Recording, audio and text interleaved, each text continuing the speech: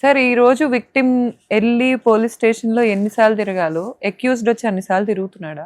Women కి legal system పెరిగింది అని అంటున్నారు. లీగల్ సిస్టమ్ ఉమెన్ కి రోజుకి రోజుకి న్యాయం పెరుగుతుంది అంటున్నారు. అక్యూజ్డ్ వచ్చినప్పుడు చైర్లేసి కూర్చోబెట్టట్లేదా పోలీస్ స్టేషన్ లో? పోలీసులకు ఆ పవర్ ఉందా? పోనీ అరిచే పవర్ ఇన్ఫ్లుయెన్స్ చేశాడు ఇప్పుడు ధర్మ ఏమన్నా చేసి ఉండొచ్చు సార్. ఇక్కడ? నాకేం తెలుసు సార్ అది. చేసి ఉండొచ్చు. చేయడని ఎలా అనుకుంటాను మీ సార్? దగ్గర ఎన్ని ఎవిడెన్స్లు ఉన్నాయి కదా. సార్ నాకైతే నేను వింటాం ఒక పెద్ద హయ్యర్ అఫీషియల్ తో ఫోన్ చేయించాడని నేను విన్నా.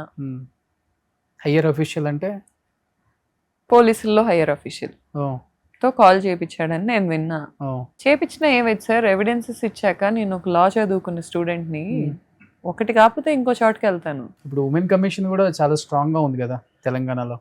నేరల్లా శారదా గారు, నేను కూడా ఇంటర్వ్యూ చేశాను రీసెంట్ గా. సార్ ఆమె అయితే సీఎం గారు ఎట్టి పరిస్థితులలో ఎవరిని వదిలే ప్రసక్తి లేదు, అమ్మాయిల విషయంలో చాలా స్ట్రాంగ్గా గట్టిగా నిలబడండి, మీ వాయిస్ వినిపించండి అని చెప్పారని కూడా క్లియర్గా ఇంటర్వ్యూలో కూడా చెప్పారు. సార్ నేనేమంటానంటే ఎంత హయ్యర్ అఫీషియల్స్ అయినా సీఎం కన్నా పెద్దోళ్ళు అయితే ఎవరు ఉంటారు కదా ఇక్కడ. నేనేమంటానంటే సార్, ఇప్పుడు ఫేక్ కేసులకి రియల్ కేసులకి ఒక్కటే ఉంటుంది తేడా, ఆధారాలు ఇచ్చాక ట్రీట్మెంట్ మారాలంటాను నేను. ఇప్పుడు డొమెస్టిక్ వైలెన్స్ ఈ కేసులకి అరెస్ట్ తీసేశారు, సరే ఓకే యాక్సెప్టెడ్.